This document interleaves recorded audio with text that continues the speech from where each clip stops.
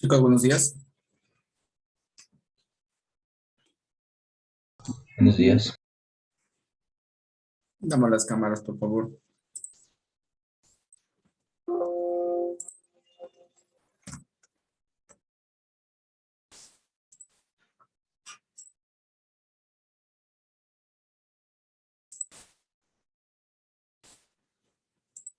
Ingeniero, tengo un problema. Tendré que salir unos minutos. Es que hay un error en la computadora. No lo entendí muy bien, John. Escríbame por Creo chat. que dijo que tiene un problema y que tiene que salir en 15 minutos por un error de la computadora o algo por el estilo. Ya, ya. El resto aprendamos. A ver, vamos.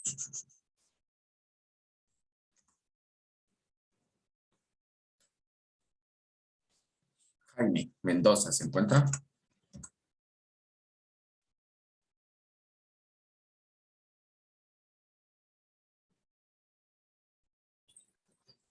¿Cómo está Jaime?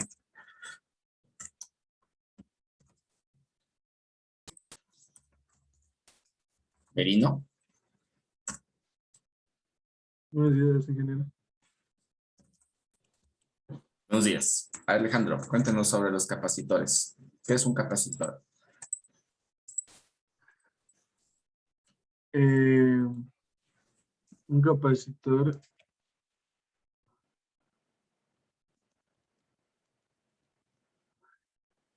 es un dispositivo electrónico que almacena energía en un campo eléctrico.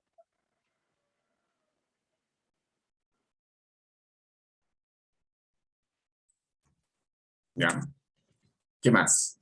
¿Cómo está construido?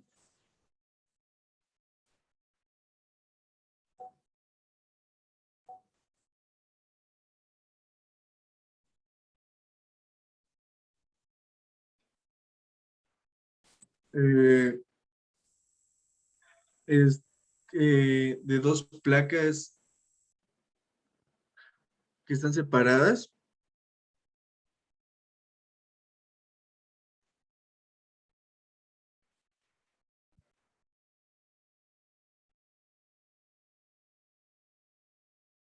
¿Qué es la capacitancia?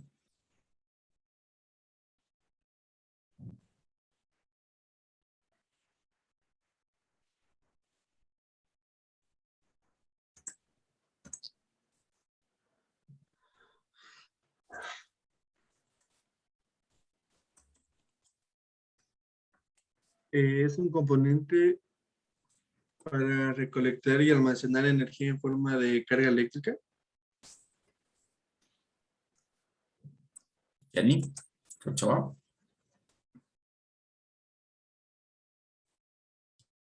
Sí, profe. ¿Qué pasó con su cámara? Es que, profe, estoy ahorita con mi hija y no tengo con qué dejarla, entonces, ¿puedo prenderla igual? Ya, no hay problema. Coméntenos sobre el capacitor. ¿Qué es un capacitor? ¿Cómo está construido? Capacitor que está fabricado por placas de metal y un material aislador que se llama dieléctrico. Las placas metálicas saben estar muy cerca una de la otra en forma paralela y el dieléctrico está en medio de las dos para asegurarse de que no se tope. Y capacitor es un dispositivo que es utilizado en electricidad para almacenar energía, sustentando un campo eléctrico.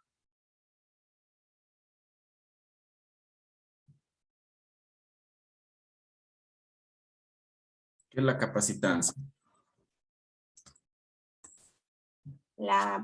Perdón, ¿cuál? La capacitancia.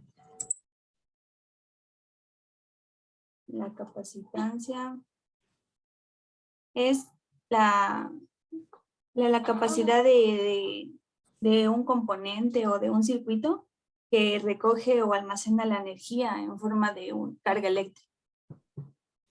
¿Cómo está definido en unidades? ¿O de dónde puedo calcularlo? Mm, no lo sé.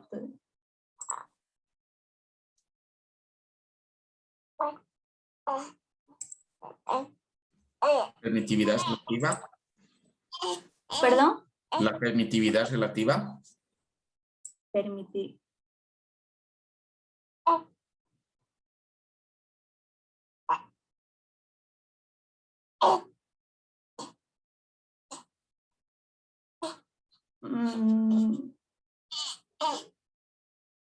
Mm, no lo sé, Licen. Creo que era cuando estaban afectados por un campo eléctrico o algo así. No recuerdo mucho.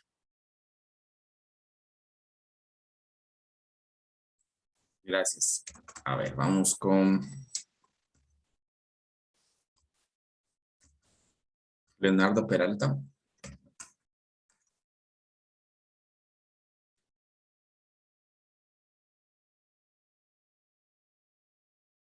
Leonardo.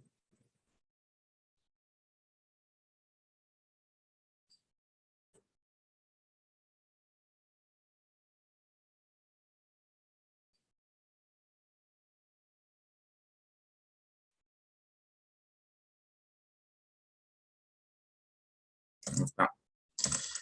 Está, pero no está.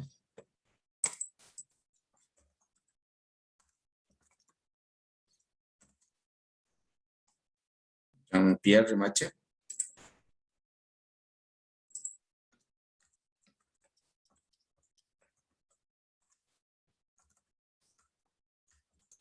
Profe, a Jean-Pierre no le deja entrar al Zoom. Dice que tiene problemas.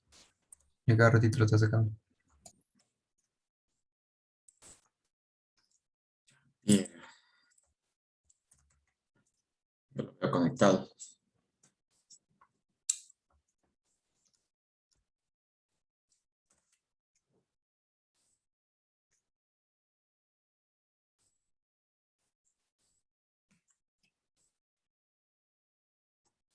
Vamos por acá. Marilyn Alvarado. Buenos días, Marilyn. A ver, coméntanos sobre los capacitores. ¿Qué es un capacitor? ¿Cómo están construidos? Un capacitor era un componente eléctrico que guarda energía y tenía la propiedad de capacitancia. Estaba construido con dos placas conductoras paralelas y estaban separadas por un material aislante que era llamado dieléctrico. Los conectores estaban unidos a las placas paralelas. También que la capacitancia era la medida de la capacidad de un capacitor que guardaba carga. Decía que entre más carga por unidad de voltaje podía guardar un capacitor, más grande era su capacidad.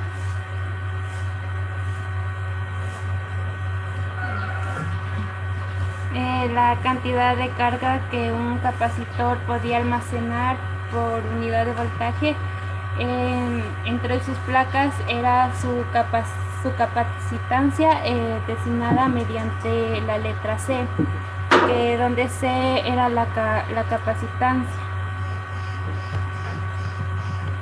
¿Cuáles son las unidades de medida?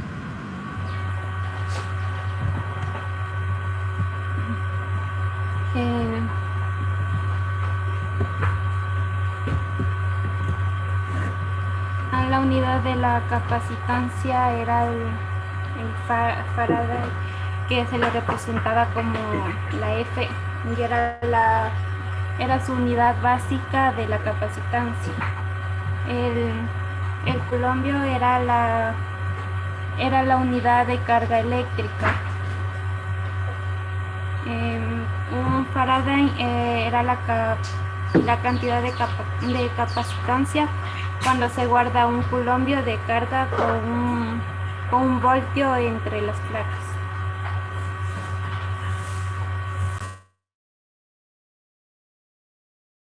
La permitividad relativa, ¿qué era?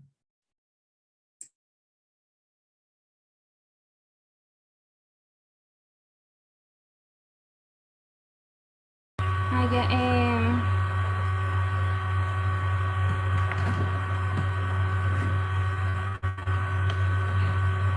la constante dieléctrica, que era la permitividad relativa y no tenía unidades porque en su medida relativa en una relación de la permitividad absoluta de un material a la permitividad absoluta del aire vacío.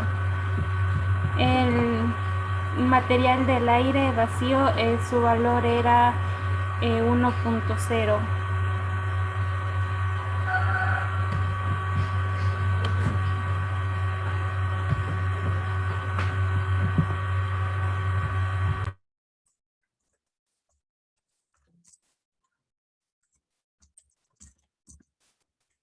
Johnny Armijos.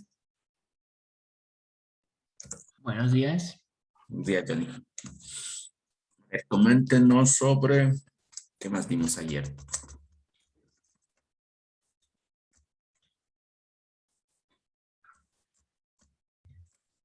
Ya, indíqueme cómo se carga un capacitor. ¿Cómo se carga un capacitor?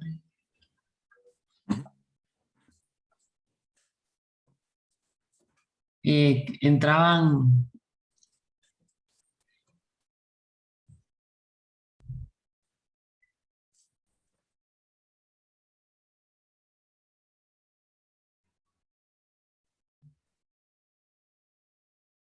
No me acuerdo.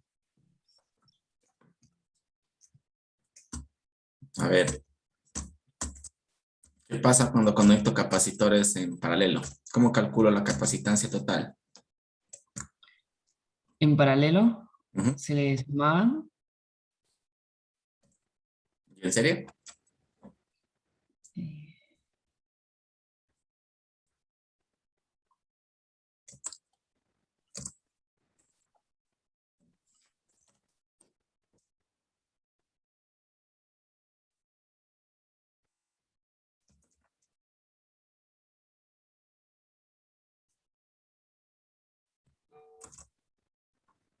A ver, chicos, no están leyendo. ¿Qué pasa? No atienden ni leen.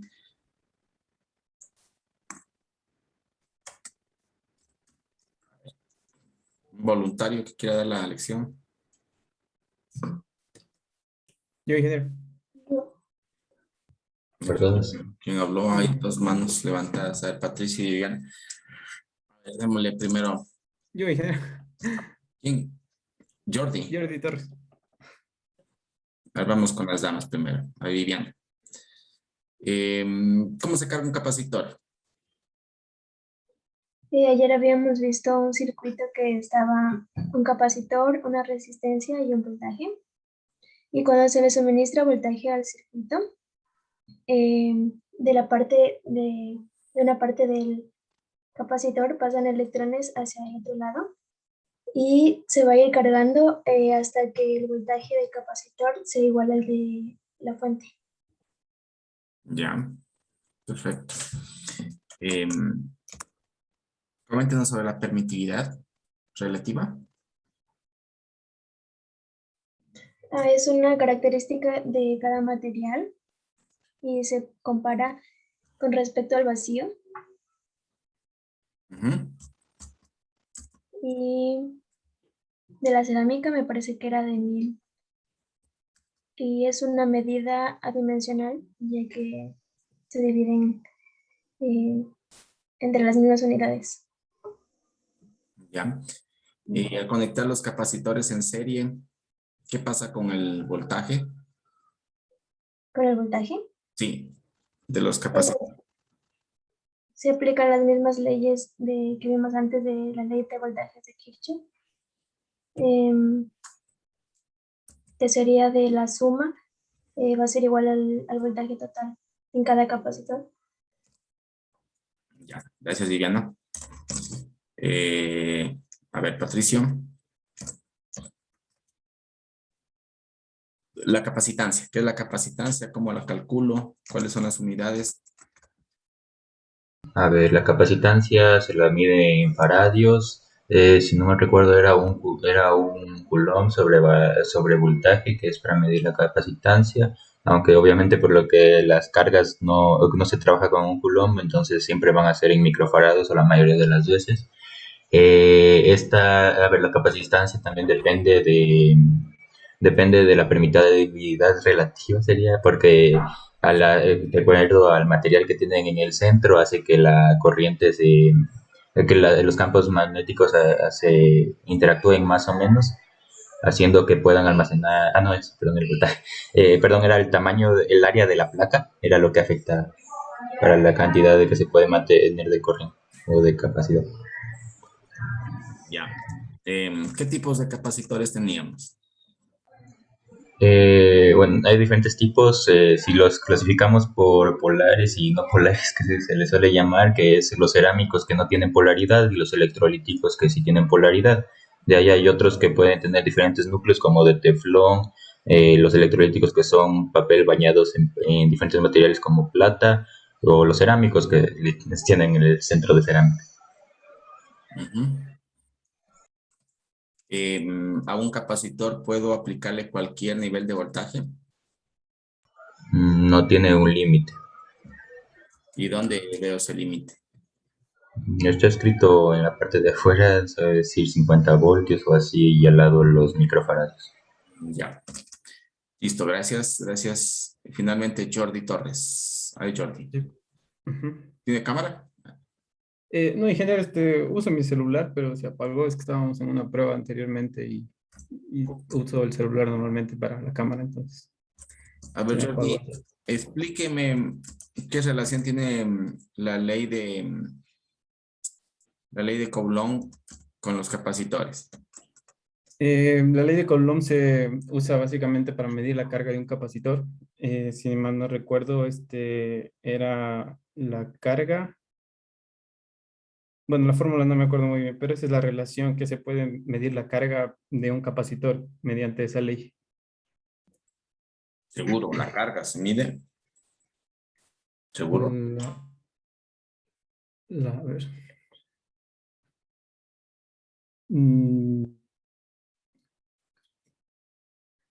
¿De cuál fórmula me dijo? Perdón. La ley de Coulomb. La ley de Coulomb es para medir la carga del capacitor. No. Es la ley que vimos en electrostática. Cargas en el espacio. ¿Se acuerdan que decíamos que tiene relación con la ley de la gravitación universal? La ley de la gravitación nos decía que había una fuerza que interactuaba entre dos cuerpos con diferentes masas. Se atraían. La ley de Coulomb igual, lo que nos decía era que los objetos van a tener una fuerza de atracción o de repulsión. Hablamos de fuerza eléctrica. Fuerza eléctrica. ¿Recuerdas? No recuerdo la verdad. A ver, entonces coméntame sobre la carga de un capacitor. ¿Cómo se carga un capacitor? Bueno, la carga de un capacitor puede variar. En corriente alterna, el capacitor se carga y se descarga dependiendo de la frecuencia de la fuente.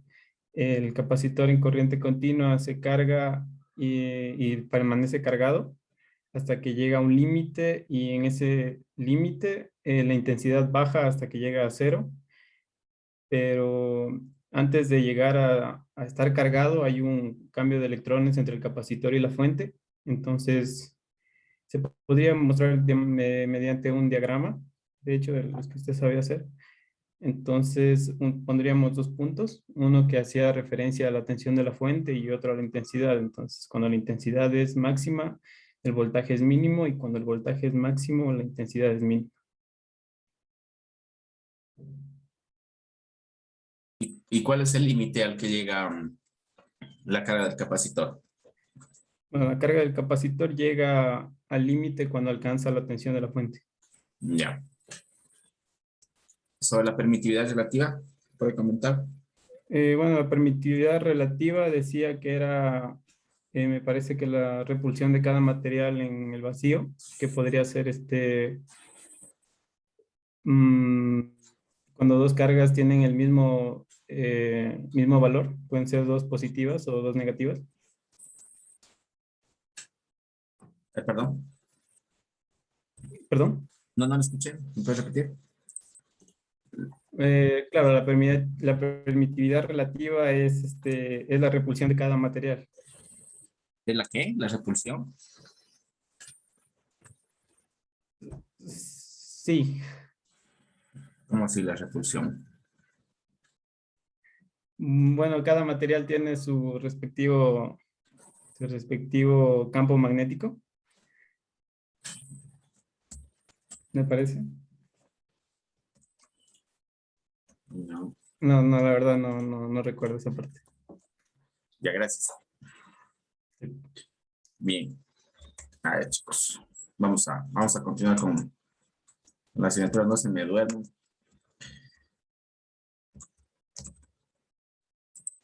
Vamos a sacar esto.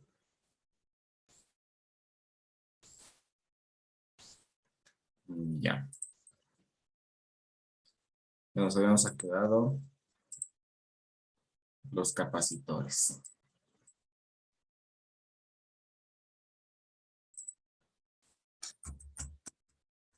Ya, vamos a ver ahora los inductores. ¿Quién me puede decir qué es un inductor?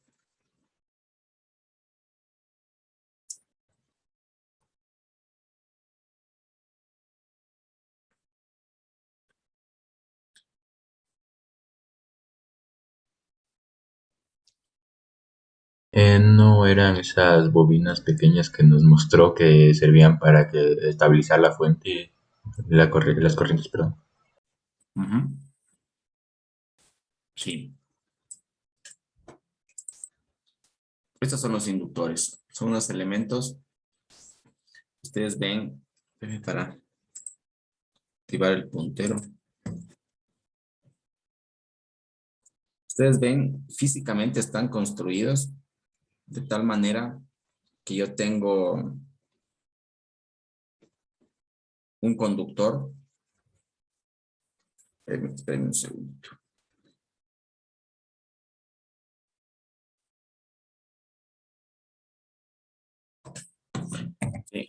Bueno, tengo un conductor, miren que está enrollado, o sea, tiene varias vueltas en forma de espira. Sí, obviamente estamos hablando de un conductor que tiene un recubrimiento externo. Sí, caso contrario, pues si no fuera con recubrimiento, miren que aquí, si ustedes ven aquí hay un contacto entre las espiras, entre las vueltas. Y si no hubiera aquí un recubrimiento en el cable, obviamente esto vendría a ser una sola masa, ¿no? Un solo conductor. Entonces vendría a ser nada más que un cable, ¿no? Pero como les digo, este es un cable que por lo general, inclusive déjenme ver si es que les muestro. No sé si alguien ha tenido la oportunidad de ver, por ejemplo, en los motores o en los transformadores.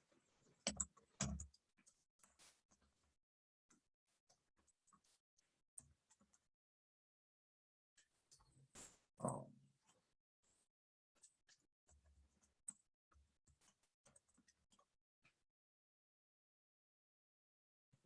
Miren, aquí se puede ver un poquito mejor. Ustedes ven aquí este cable, está esmaltado, pero tiene un recubrimiento de un aislante, en este caso el esmalte.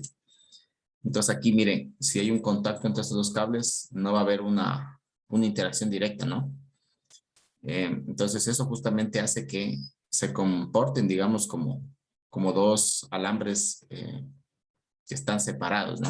Entonces, bueno, la primera característica. Segundo, bueno, aquí está enrollado de una cierta forma geométrica. Esto vendría a ser, o sea, si lo vemos del lado de frente, sería como un círculo. ¿Sí? Entonces, obviamente aquí tiene una cierta sección transversal, o sea, una cierta área, esta parte de aquí.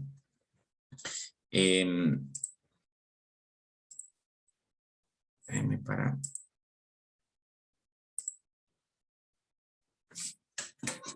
Ya. Obviamente aquí, miren, entonces tengo una sección transversal, una área. Acá tengo también, miren, una cierta longitud. ¿Sí?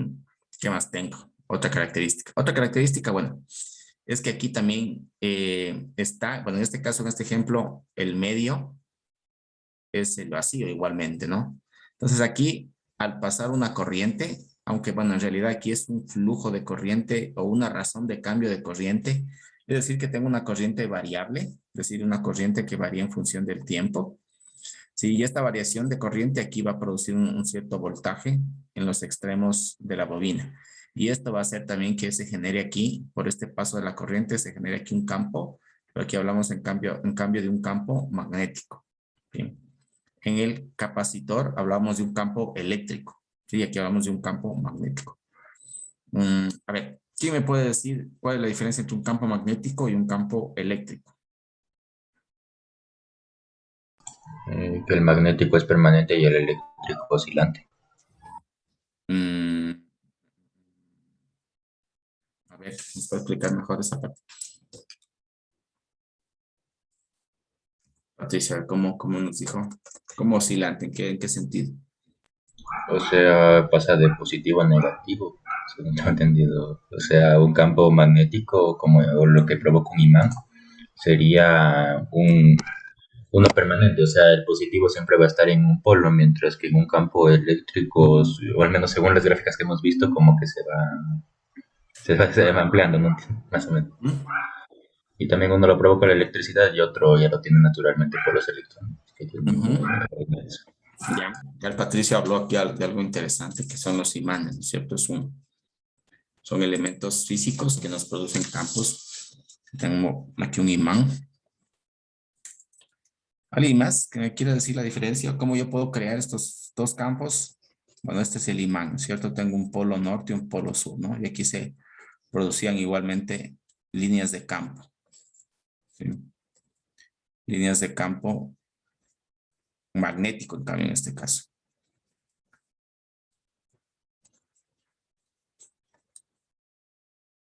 ¿Sí?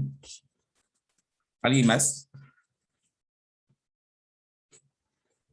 Un incremento de la corriente amplía el campo electromagnético y la disminución de la corriente lo reduce.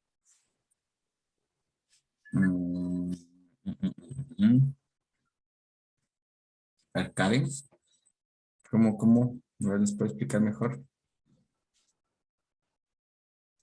Que cuando se incrementa la corriente, se amplía el campo electromagnético y cuando se disminuye la corriente lo reduce en la inductancia. Aquí hablamos ya de otro elemento. Primero, una cosa es el campo eléctrico. Otra cosa es el campo magnético. Y otra cosa es el campo electromagnético. Bueno, el electromagnético no es nada más que un campo en el cual tengo asociado tanto el eléctrico como el magnético. Entonces el campo electromagnético. A ver. ¿Ustedes recuerdan? ¿Sí? Perdón. Entonces, ¿qué es la permitividad eléctrica? Ya. A ver, primero les explico lo del campo eléctrico y el campo magnético. A ver, el campo eléctrico, ustedes recuerdan, ya lo vimos eso. Decíamos que una carga positiva tenía unas líneas de campo, ¿sí? Que se alejaban o salían, digamos, de una carga positiva y ingresaban a una carga negativa. ¿Se acuerda? Y esto, digamos, si yo, digamos, en este campo, por ejemplo, en este campo eléctrico que está generando esta carga positiva, obviamente aquí se puede generar este campo sin necesidad de que yo tenga otra carga. Ya solo con el hecho de que exista ya esta carga, yo ya tengo aquí un campo eléctrico, ¿sí? Y acá también, si yo tengo una carga negativa, igualmente van a haber líneas de campo eléctrico. Pero si yo interactúo dos cargas, estas líneas de campo se unen y aquí va a producir lo que se llama la fuerza. Entonces, por ejemplo, en este caso va a haber una fuerza de atracción. ¿Sí? Estas dos cargas, como son de signos diferentes, se van a atraer.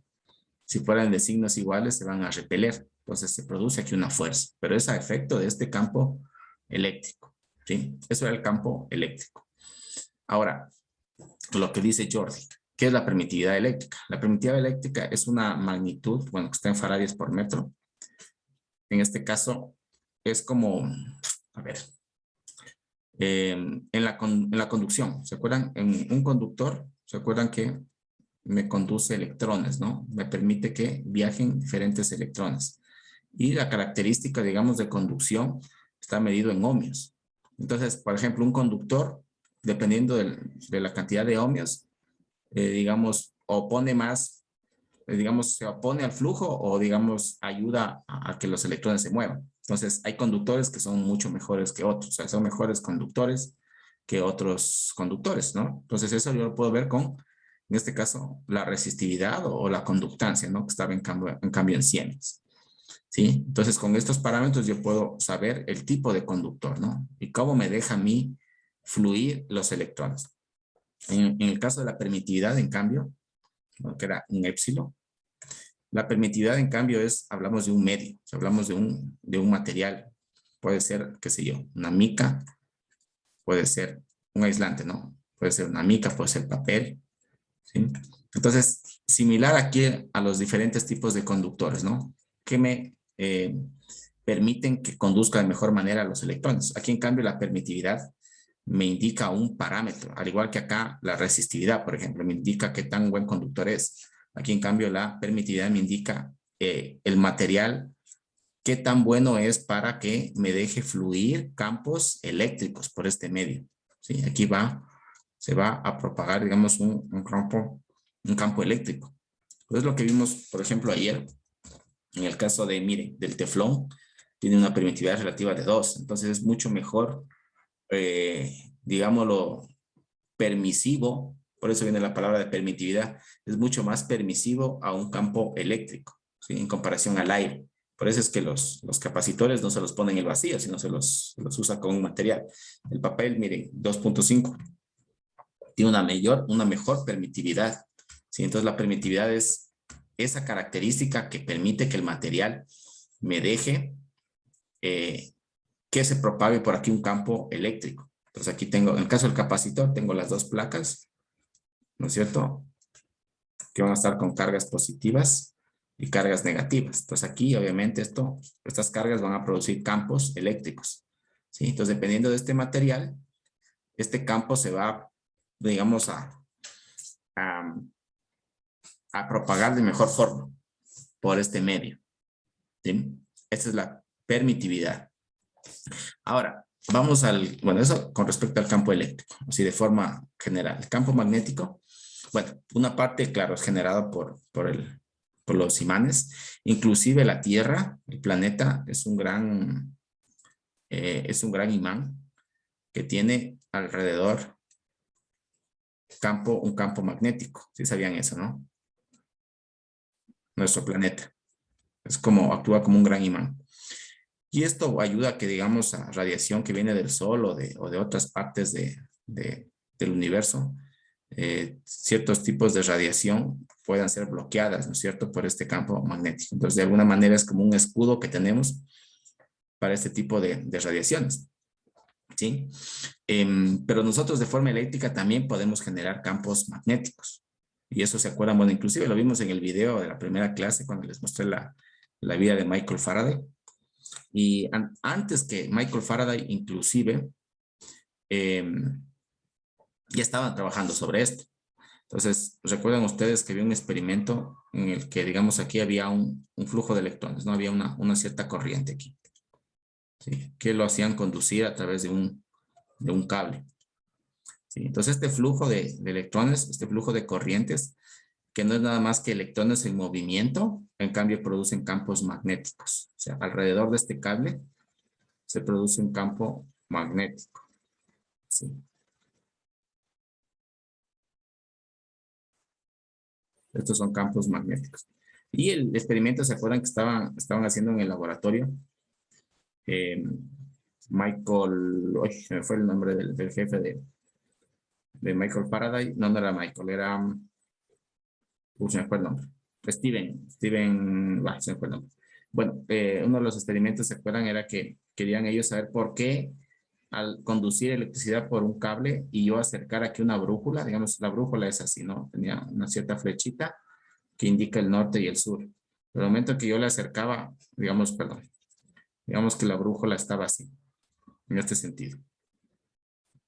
norte y sur. El momento en que yo le acercaba esta brújula al cable, esta brújula cambiaba de sentido, giraba así, norte-sur. Entonces ya no se veía afectado. La brújula, ¿cómo funciona? La brújula se alinea a estas líneas de campo que yo tengo de la Tierra, ¿sí? Pero al acercarse, en cambio, a este cable, cambiaba, ¿no? Porque aquí había un campo un poquito más fuerte que hacía que esta brújula cambie de sentido, ¿sí? Entonces ahí ellos se pudieron dar cuenta que este cable con una corriente genera un campo magnético, ¿sí? Y de ahí se desprenden, por ejemplo, los electroimanes. Ustedes habrán visto los electroimanes. Por ejemplo,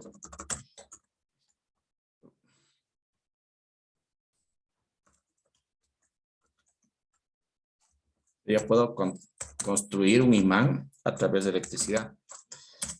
Eso me sirve, por ejemplo, en la parte de, para, por ejemplo, agarrar chatarra.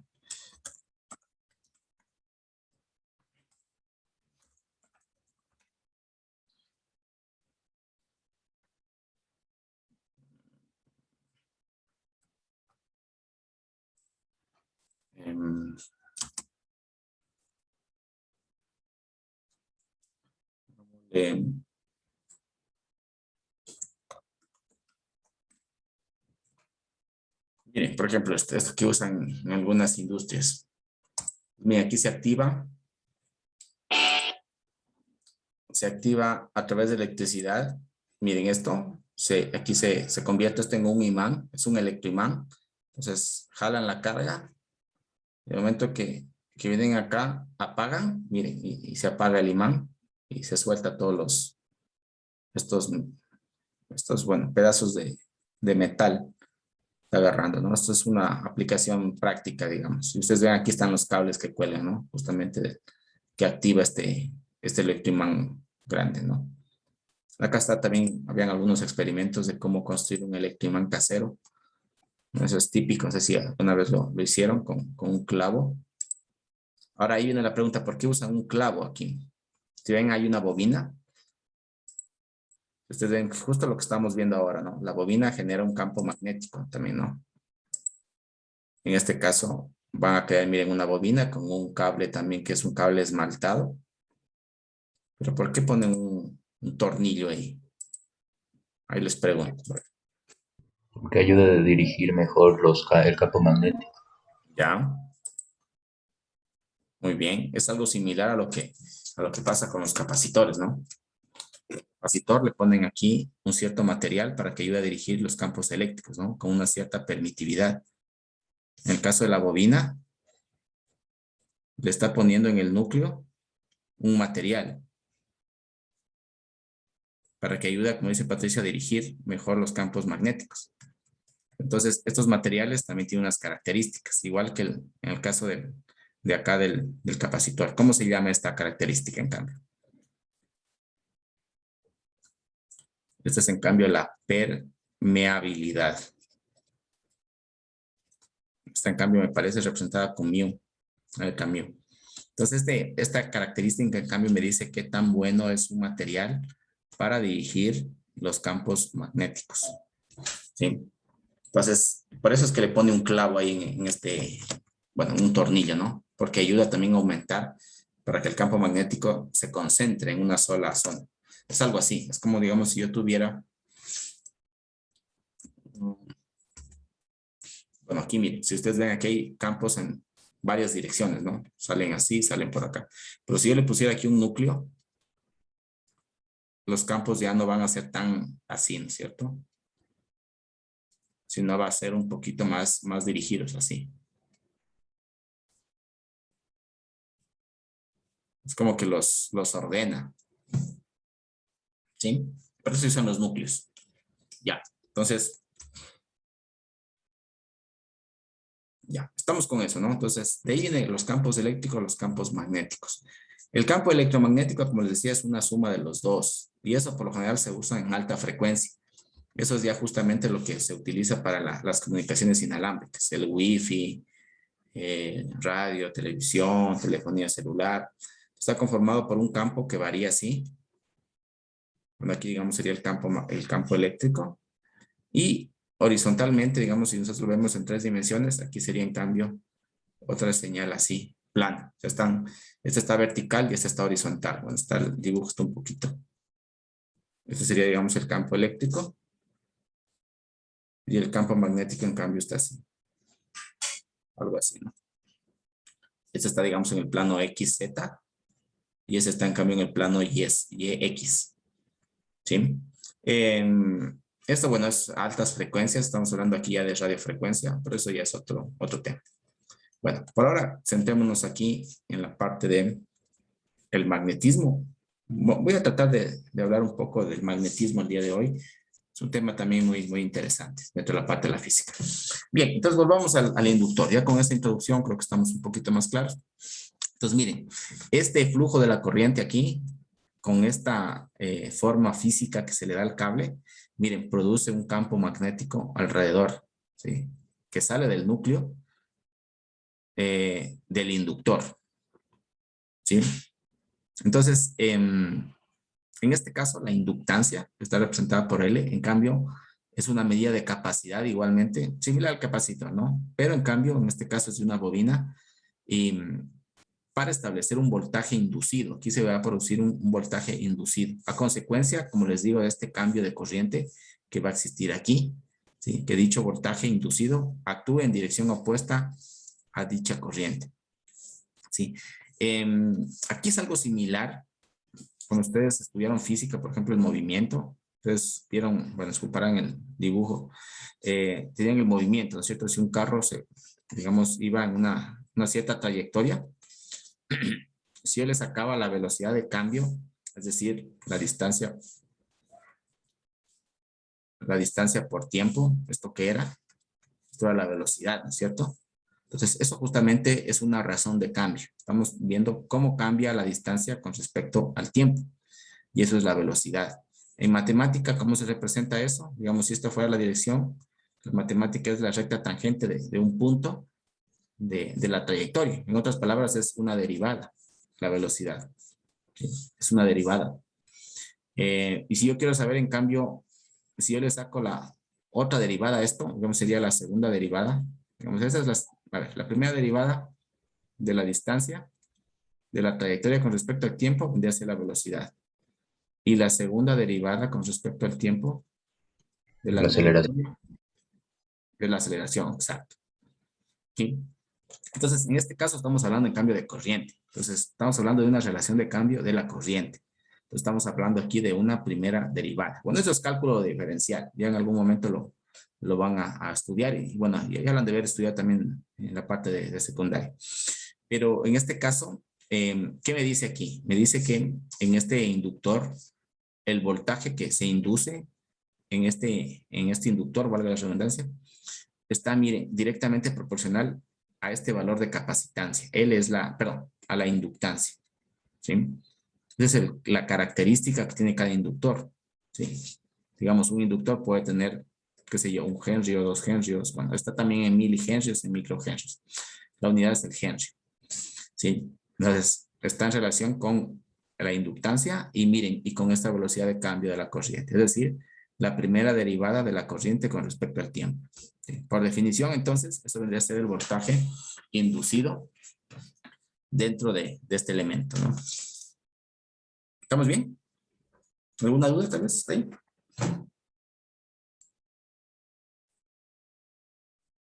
Bien, vamos. Entonces, ¿qué más tenemos? Bueno, es la unidad, como decía el Henry.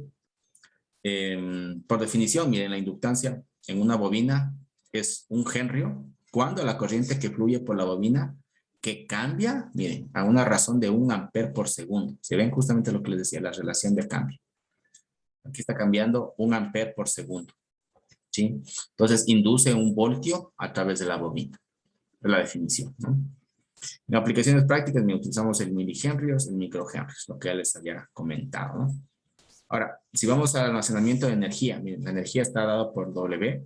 Dice que un inductor guarda energía en forma de campo magnético. Bueno, aquí en el libro le ponen electromagnético, pero la verdad es que yo no estoy de acuerdo.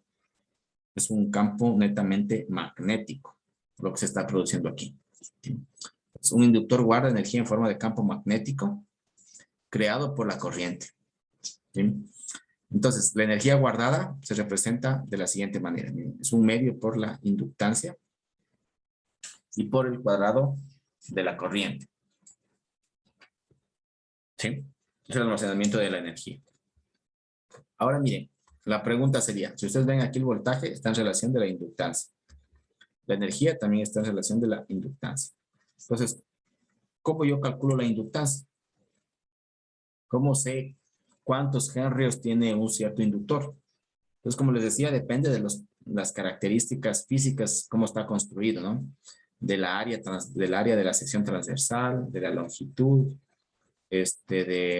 inclusive de la permeabilidad que les dije del material que está en el núcleo. Entonces, eso miren, está acá justamente en esta formulita, está resumido.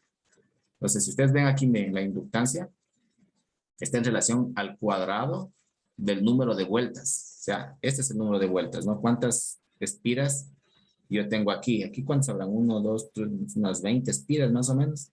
Bueno, entonces, mientras más espiras tengo, miren, yo tengo mayor inductancia, ¿sí? Está en relación al cuadrado del número de espiras.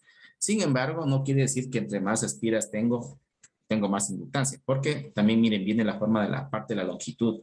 Mientras más espiras tengo, va a aumentar la longitud. Y aquí, miren, en cambio, la inductancia es inversamente proporcional a la longitud. Entonces, de alguna forma, digamos, claro, obviamente aquí es directamente proporcional, pero al cuadrado del número de vueltas. Y acá es inversamente proporcional, en cambio, a la longitud. ¿Sí? ¿Qué más? Miren, directamente proporcional también al área de la sección transversal que les decía, ¿no? Esta área que yo tengo aquí, en el núcleo. Y finalmente también directamente proporcional a la permeabilidad que tiene en este caso el material que está en el núcleo, ¿no? Que puede ser el vacío, como está acá en el primer inductor, puede ser el vacío o puede ser aquí con un cierto material. Ya vamos a ver qué materiales nomás existen. Entonces, la inductancia está en henries. El número de vueltas, bueno, es una cantidad. Mu, la permeabilidad, está en henries por metro. La sección transversal está en metros al cuadrado. Y aquí obviamente está en metros la longitud. ¿Sí? Entonces todo esto nos da el henry. Bien. A ver si les muestro por acá. Ustedes seguramente habrán visto en algunas placas. Miren, hay diferentes tipos. Este, por ejemplo, es un toroide. Miren, tiene una forma como de una dona. Y miren, aquí justamente tiene un núcleo. ¿Sí ven? Tiene un elemento central. Ese está en el vacío. Sí, es un elemento, es un inductor en el vacío. Si ustedes ven, miren, justo aquí está, se nota, ¿no? Que aquí está esmaltado. Y aquí está como pelado, ¿no? El esmalte para ya conectarlo a una placa. Para que haga contacto. Hay diferentes. Mira, aquí hay unos que están con núcleo, ¿no? Hay núcleo de hierro, núcleo de ferrita. Estos de acá ya son transformadores. Esperemos ver también transformadores. Aquí también está uno, miren, con núcleo. Acá hay unos toroides. Esto por lo general están en las fuentes de poder también, como les decía, para regular en cambio el flujo de corriente. Y aquí, miren, justo como les decía, ¿no? Se genera aquí este campo magnético alrededor de esta bobina. Aquí unas bobinas más pequeñitas. Aquí hay unas con núcleo. Espérenme un segundito.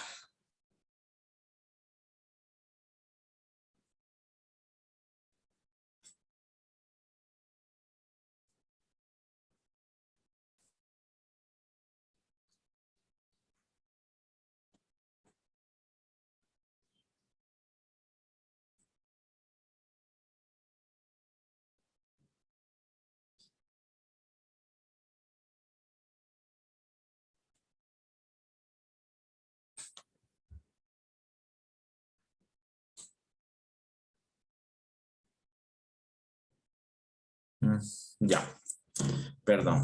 A ver, entonces, volvamos por acá. Bien, entonces, esta es, miren, yo creo que esta es una de las ecuaciones más claves para que vean el funcionamiento del inductor. Ya, los tipos de inductores. Bien, entonces, este es el símbolo, ¿no? es el símbolo del inductor. Ustedes ven aquí es un inductor fijo, tiene un cierto valor de henries. Esta flechita siempre nos representa que es variable, ¿no? ¿Se acuerdan en el resistor? Igual, ¿no? Un potenciómetro. En el caso del capacitor, también un capacitor variable. En este caso, un inductor variable. Aquí tengo, por ejemplo, miren, inductores variables.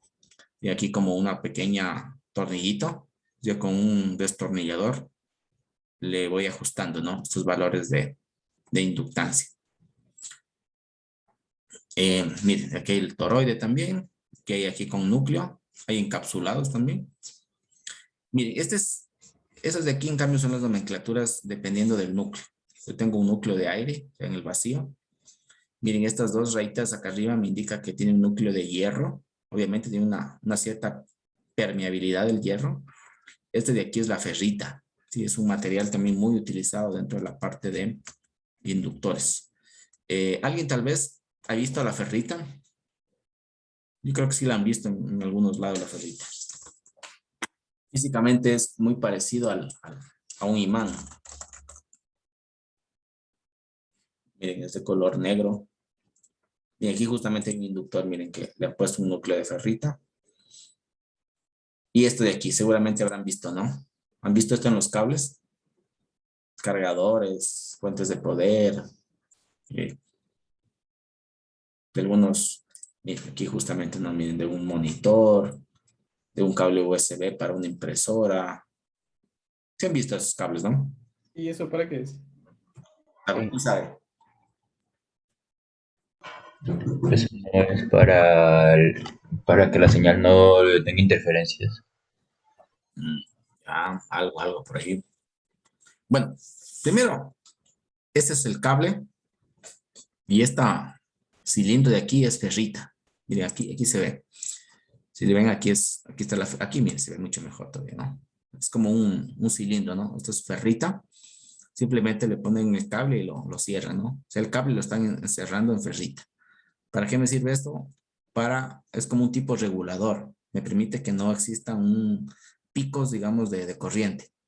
Entonces ayuda a proteger, digamos, los elementos, el dispositivo que estoy cargando o alimentando, ¿no? Que no vaya a haber un flujo de corriente muy excesivo que pueda llegar a dañar.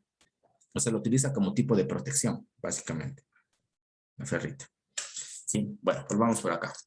Entonces, bueno, estos son los tipos de inductores. ¿Qué más? Ahora miren, aquí igualmente, ¿no? ¿Qué pasa si yo conecto los inductores? Tengo, miren, diferentes inductores con diferente inductancia en serie. La inductancia total, una inductancia aquí total que tengo, miren, aquí es igual a la suma de todas las inductancias. Aquí sí es similar a las resistencias, ¿no? La suma de las inductancias en serie. Y acá en cambio en paralelo es el inverso, ¿no? La suma de los inversos de las inductancias. Igual aquí con las resistencias en paralelo. ¿Sí? Entonces aquí podemos calcular, digamos, si yo tuviera un circuito mixto, ¿no? De varios inductores en serie, en paralelo, ¿no? Podría calcular cuál es la inductancia total, ¿no?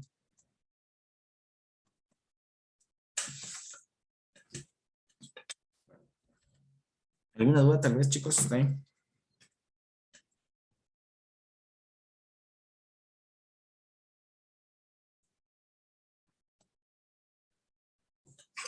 Ya, a ver. Déjenme un momento buscar la siguiente diapositiva.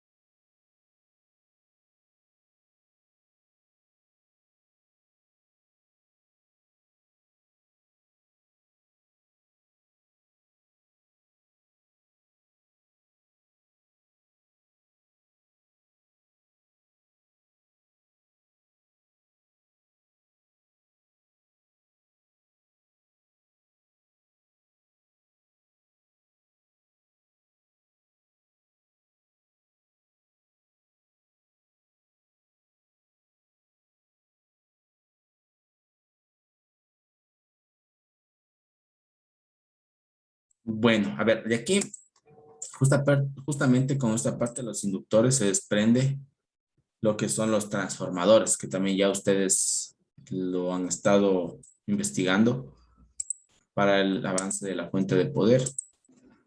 Vamos a ver un poquito sobre los transformadores. Entonces, primero que nada, veamos porque algo interesante también. Voy a continuar hablándoles un poquito sobre el magnetismo para que vean esto de aquí. Bueno, les comentaba el experimento, ¿no? Que estaba analizando, ¿se acuerdan? El jefe de Michael Faraday. Se me fue el nombre. ¿No se acuerdan ustedes? Bueno,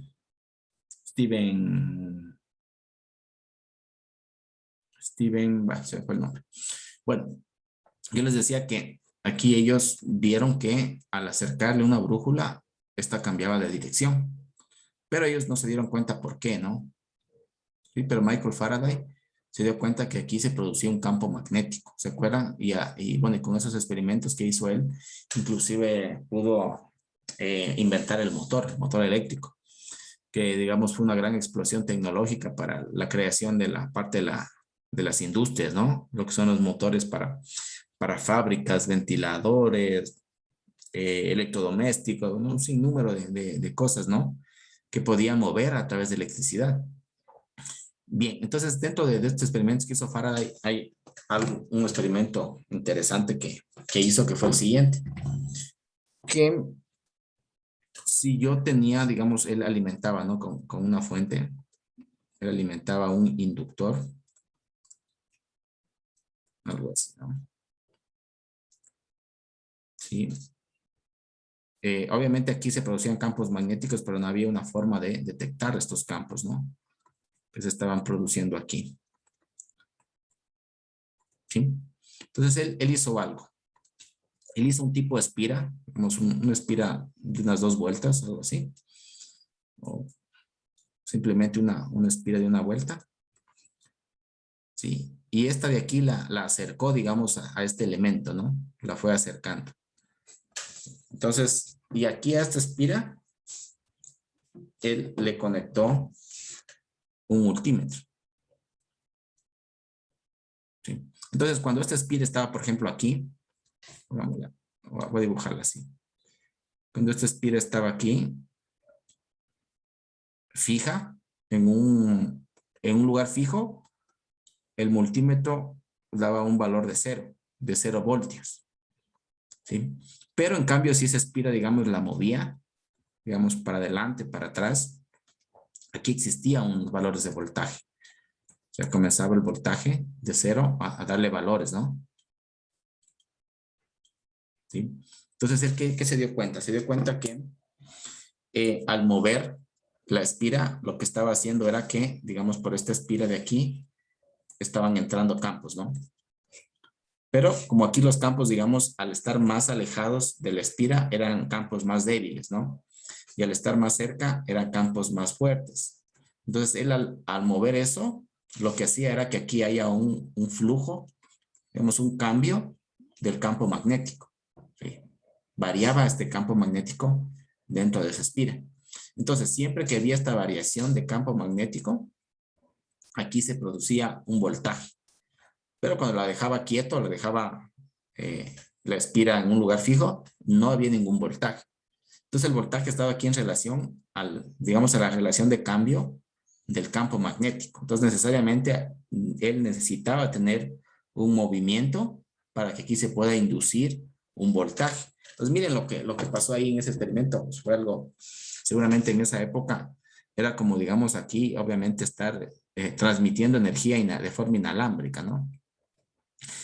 Bueno, y vieron otros experimentos de Tesla también que hizo algunos experimentos para transmisión de energía inalámbrica. Y en eso de aquí se basa justamente los cargadores inalámbricos que tienen, bueno, que ahora se los está, bueno, hubo un tiempo que se volvieron populares para cargar los celulares, ¿no? Son unas plaquitas, algo así, ¿no? Se acerca aquí el celular que tiene un elemento y se carga, ¿no? En realidad eso es algo que ya existió, ¿no? Hace muchos años, simplemente se le está dando una aplicación diferente, ¿no? Pero digamos, el fundamento físico es este de aquí. ¿De acuerdo? Entonces, Bueno, llegó hasta ahí Michael Faraday, hasta este punto. Pero luego vino otra persona que le llevó esto bueno, a otro punto más allá, que fue Lenz. Me parece que también en la exposición hablaron sobre Lenz. ¿El grupo que expuso? ¿Me puede comentar algo de Lenz?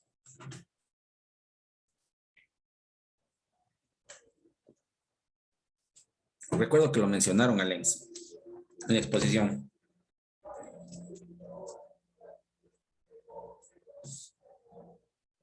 ¿No?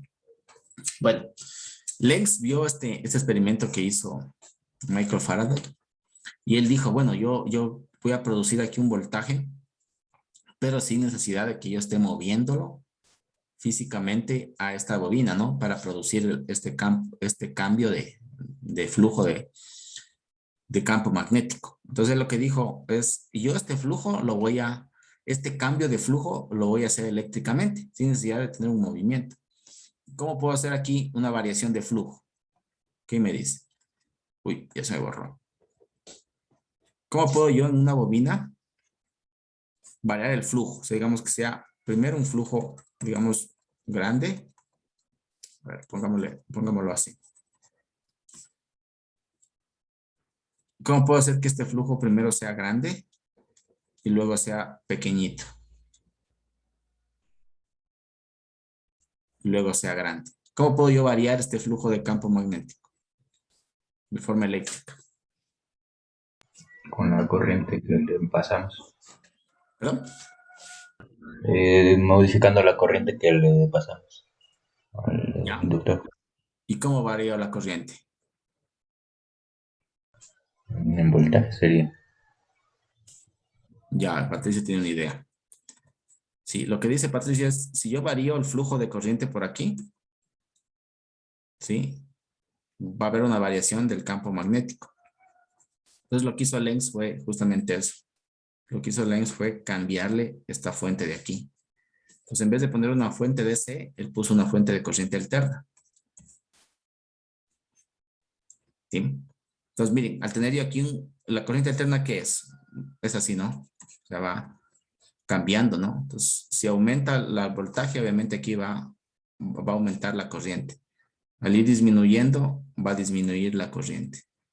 Igualmente acá en el magnetismo, si yo aumento la corriente, aquí va a aumentar el campo magnético. Y si yo disminuyo la corriente, aquí también va a disminuir el campo magnético. Entonces, mire, al ponerle una fuente de corriente alterna, yo estoy variando aquí los flujos de campo magnético que están alrededor del inductor. Entonces, si yo hago el mismo experimento, ¿no? Y acerco aquí esta bobina y la dejo fija, me va a dar aquí un voltaje fijo también, ¿no? Sin necesidad de que yo lo esté moviendo a esta bobina. ¿De acuerdo? Y de ahí se desprende justamente lo que es actualmente lo que se conoce como transformador. ¿Sí? Que no es nada más que al tener una corriente alterna, aquí tengo una bobina que me produce un campo magnético, ¿no?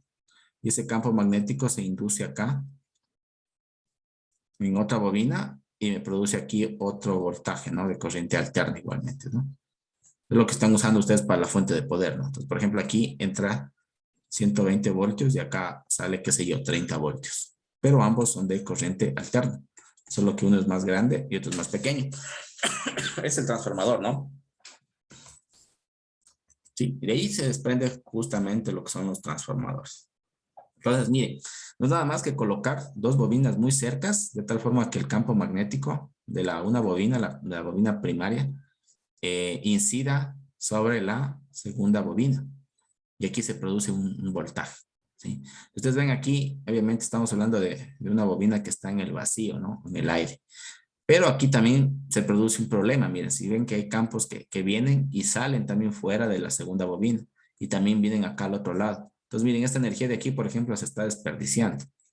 Y esas que salen de la bobina también se está desperdiciando. Entonces, ¿cómo puedo yo aprovechar de mejor forma esto? Que no se desperdicie este campo que está acá de la primera bobina. Necesitaría una forma de que yo pueda conducirlo, digamos, dirigir este campo magnético en una trayectoria. ¿Cómo lo puedo hacer?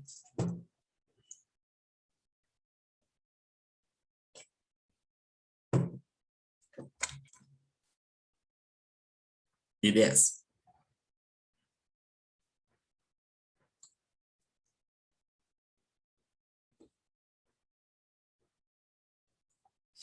Con un núcleo. Si yo pongo aquí un núcleo, por ejemplo, de hierro, lo que va a hacer ese núcleo es que dentro de este núcleo de hierro se dirijan todo el campo magnético. Obviamente van a haber unas pequeñitas por acá que se van a escapar. Sí, hay señales espurias que se escapan del núcleo, pero ya es menos, ¿no? No es como acá, miren, se está prácticamente la mitad yéndose a la derecha, la mitad yéndose a la izquierda. Sí, se desperdicia. Pero aquí ya con el núcleo me permite redirigir estos campos para sacarle mejor provecho. Y acá viene justamente ya lo que es el transformador.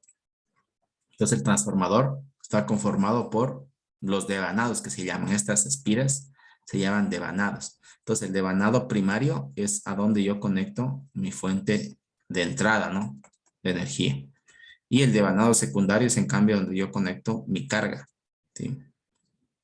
Acá está, bien, justamente, ¿no? La fuente de poder va al devanado primario y la carga va al devanado secundario.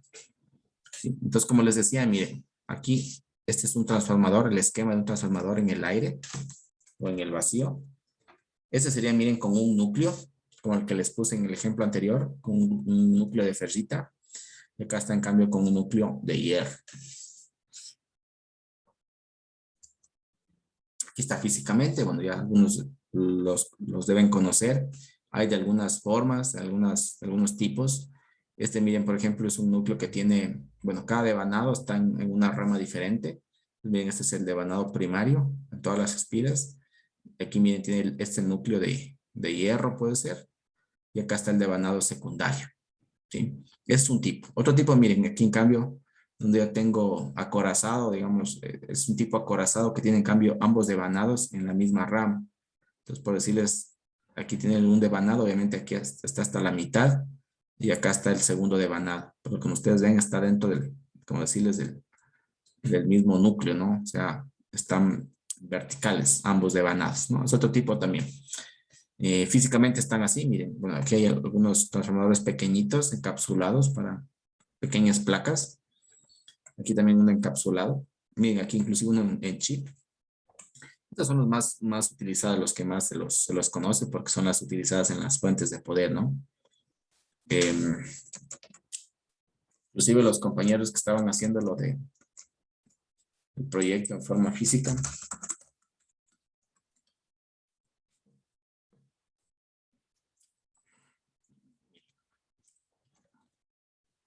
Sí, tengo aquí el primario y acá ya tengo el secundario. Aquí, bueno, obviamente aquí este es un que tiene varios devanados secundarios para sacar diferentes voltajes. Bien, por ejemplo, aquí saca de 30 voltios. Acá le saca de 12 voltios, miren. En este caso, un transformador que me saca diferentes voltajes de salida. ¿Sí? Acá, miren, físicamente son así. Aquí, miren, este es justamente el núcleo. Este es, miren, justamente que está aquí los dos de forma vertical, ¿no? Estos son el núcleo de hierro, parece ser este. Y aquí como unas pequeñas plaquitas, ¿no? Y este mismo... Bueno, seguramente lo que ustedes van a ver dentro de su carrera son estos tipos de transformadores, ¿no? Que son utilizados para las fuentes de energía, fuentes de poder de los computadores, servidores, cualquier tipo de equipo de telecomunicaciones que están dentro de racks de comunicación, ¿no? Por lo general estos son los más populares. Ahora, estos de acá, como ustedes ven, estos grandotes son los que son transformadores igual, pero estos son ya en cambio para altas potencias, es para ya distribución de energía eléctrica. Le sirven para bajar, digamos, de alta tensión a baja tensión, ¿no? Aquí estamos hablando ya de voltajes y potencias muy altas, ¿no? Miren, por ejemplo, este de aquí, este es de 25 kilovoltiamperios. Sí, es un transformador grande, ¿no? Utilizados también, digamos, ya para las casas, para bajar, digamos, de media tensión a baja tensión, para la distribución ya de las casas. Déjenme ver si es que hay. Seguramente habrán visto ustedes dentro de sus barrios. En los postes de la empresa eléctrica. Este aquí no. Son los utilizados más en la parte de la red de distribución de la empresa eléctrica. Aquí, miren. Aquí, esa red. ¿Sí? Estos son transformadores. Pero como les digo, estos son de alta potencia, ¿sí? Que eso ya, digamos, es ya más estudian los chicos de, bueno, las ingenierías de electricidad, ¿no? O electrónica de potencia. Más están enfocados a esta área, ¿no? De aquí. Pero el fundamento físico es el mismo, ¿no? Solo que soporta mayor potencia. Bien. Ahora, este de aquí es importante, la relación de vueltas. Miren, aquí yo tengo N. Este es un valor que me indica cuál es la relación de vueltas que yo tengo. O sea, me indica cuántas vueltas yo tengo en el secundario con relación a las vueltas que tengo en el primario. Por decirles, si yo en el primario tengo 50 vueltas y en el secundario tengo 100 vueltas, y si tengo el doble, pues esta relación de vueltas me va a decir 2. Entonces me indica que yo tengo el doble del número de vueltas en el secundario que el primario. Sí, y eso me va a servir para más adelante ver el factor de transformación que yo tengo. Y aquí también, miren, sucede algo interesante también dentro de la parte de la dirección de los devanados. ¿Se acuerdan cuando analizamos la parte de corriente alterna? Y había una sección, ¿se acuerdan ustedes? Donde yo analizaba, digamos, el voltaje instantáneo, decía que era igual al voltaje pico por el seno del ángulo menos un ángulo teta, ¿no? Un ángulo phi, perdón, ¿no? Que era un desfase, ¿no? Un desfase que yo tenía en la corriente, bueno, el voltaje o la corriente, ¿no? Un desfase en esta señal alterna. Era justamente este valor de phi. Y aquí justamente, miren, se aplica esto del desfase. ¿Qué pasa? Miren, si yo aquí el devanado primario, en este caso, miren, está enrollado en un sentido. Digamos que sea en el sentido de las manecillas del reloj. ¿Sí? Están en ese sentido. ¿Sí?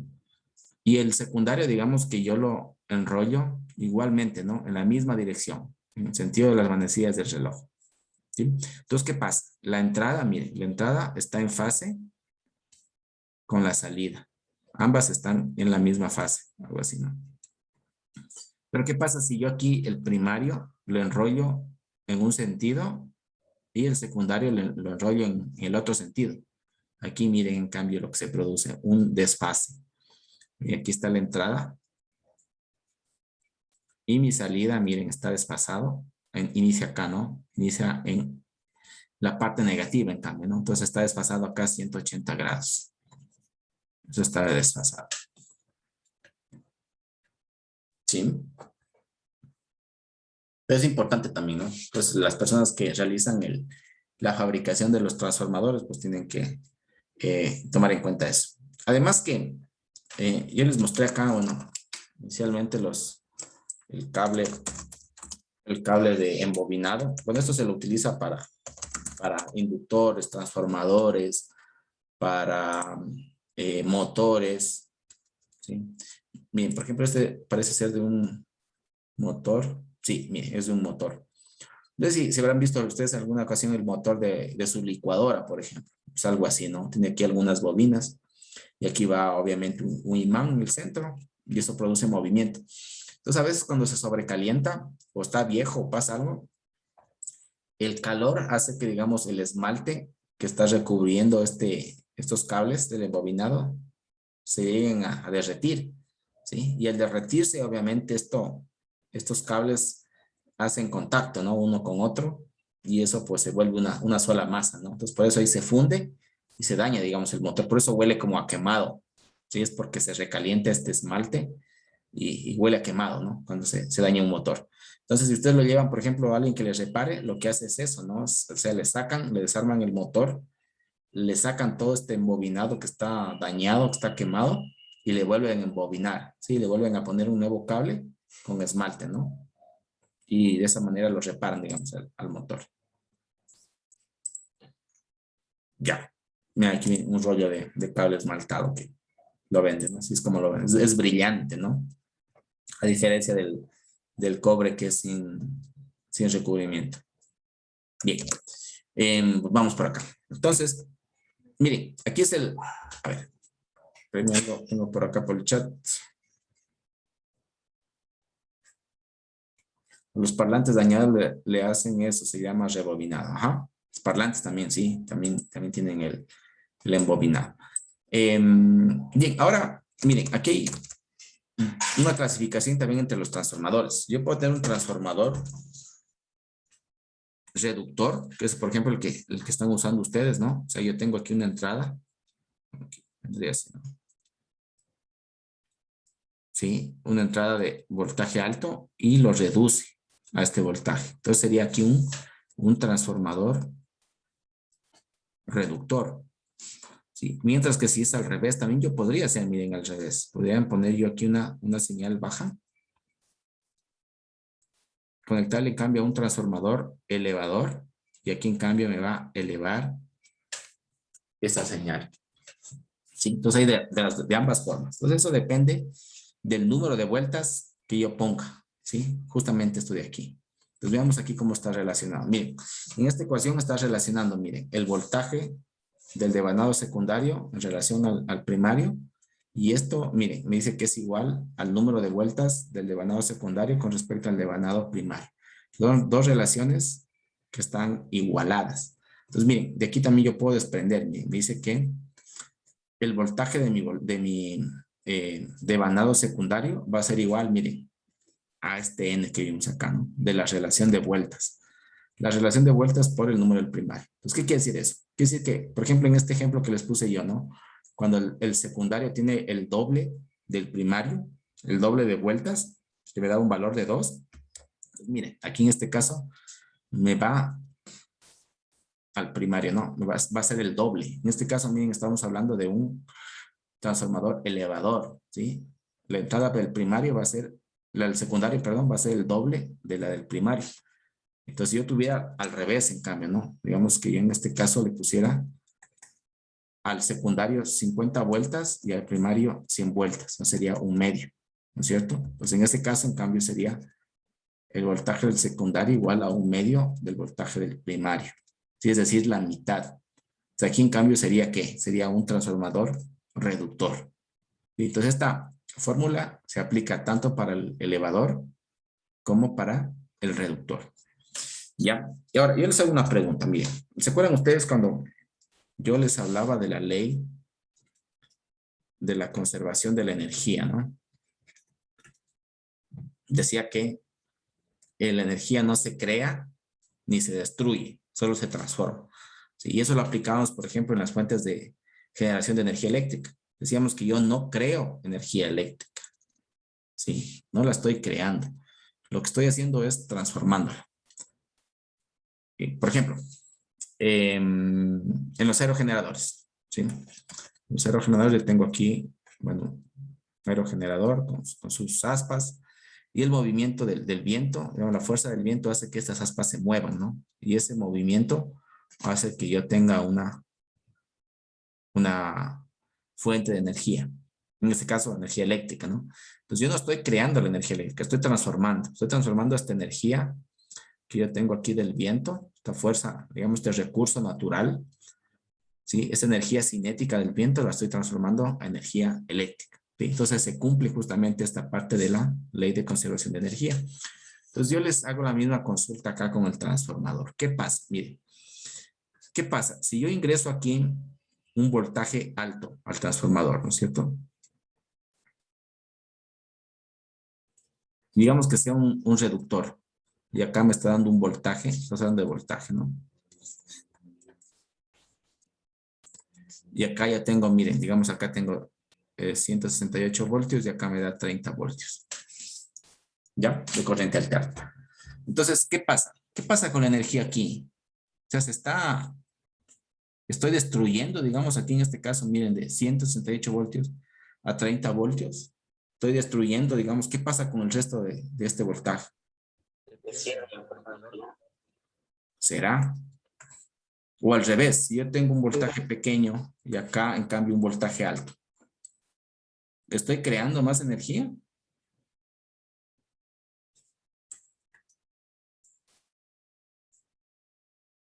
¿Qué dice?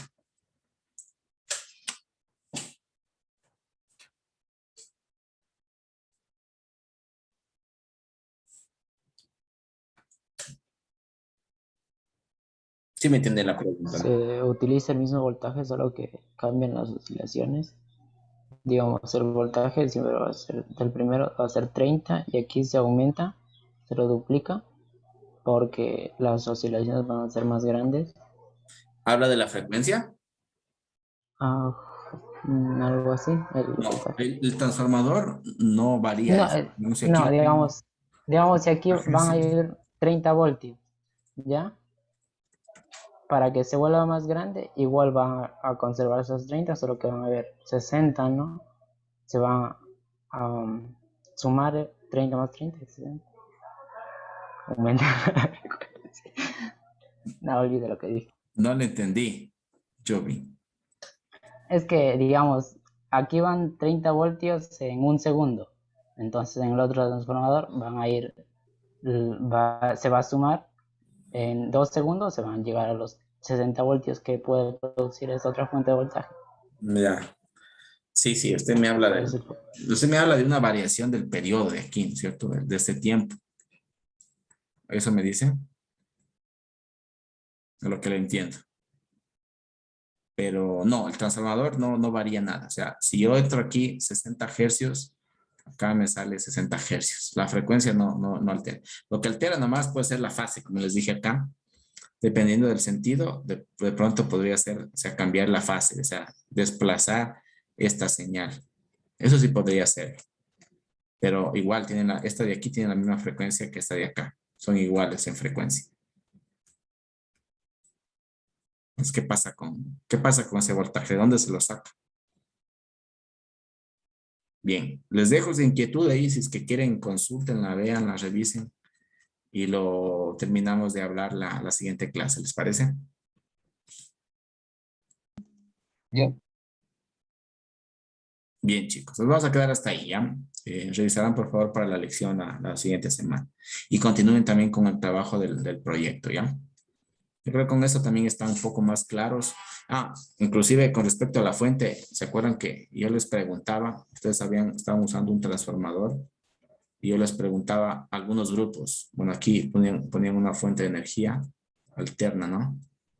De 60 hercios y de 120 voltios RMS, ¿no? Y yo les preguntaba acá, ¿cuánto están sacando de voltaje en este transformador? Entonces, la mayoría no sabía. Pues tienen que saber qué tipo de transformador están usando. O sea, saber el número de vueltas. Bueno, con esto creo que ya pueden de alguna manera ver cómo configurar, porque pueden ustedes ahí en el Proteus o en el Multisim cambiarle aquí el tipo de transformación. Entonces vean ese datito de ahí para ver, o sea, es necesario que ustedes vean, digamos, necesito un transformador de qué, de 120 a 30 voltios, por decir, o a 40 voltios, qué sé yo. Eso también les dejé yo libre. El voltaje, digamos, que sale de acá, eso sí era una fuente variable, ¿no? Pero yo les dejé esto, que ustedes vean, ¿no? Hasta qué rango, por decirles, es una fuente variable de 0 a 24 voltios, por decir. O es una fuente variable de 0 a 48 voltios. Yo les dejé esa parte a su discreción. Pero sí tienen que decirme, o sea, bueno, yo hice una fuente de 0 a 24 voltios, por lo tanto, en la primera fase diseñamos un transformador que me reduzca, digamos, de 120 por decirles, a 30 voltios. ¿Sí? Entonces es necesario que vean esa parte, ¿no? Pues con esto creo que ya tienen un poquito más claro para que sepan configurar de mejor manera el transformador en el Proteus. Bien, eso chicos. ¿Tienen alguna duda, tal vez?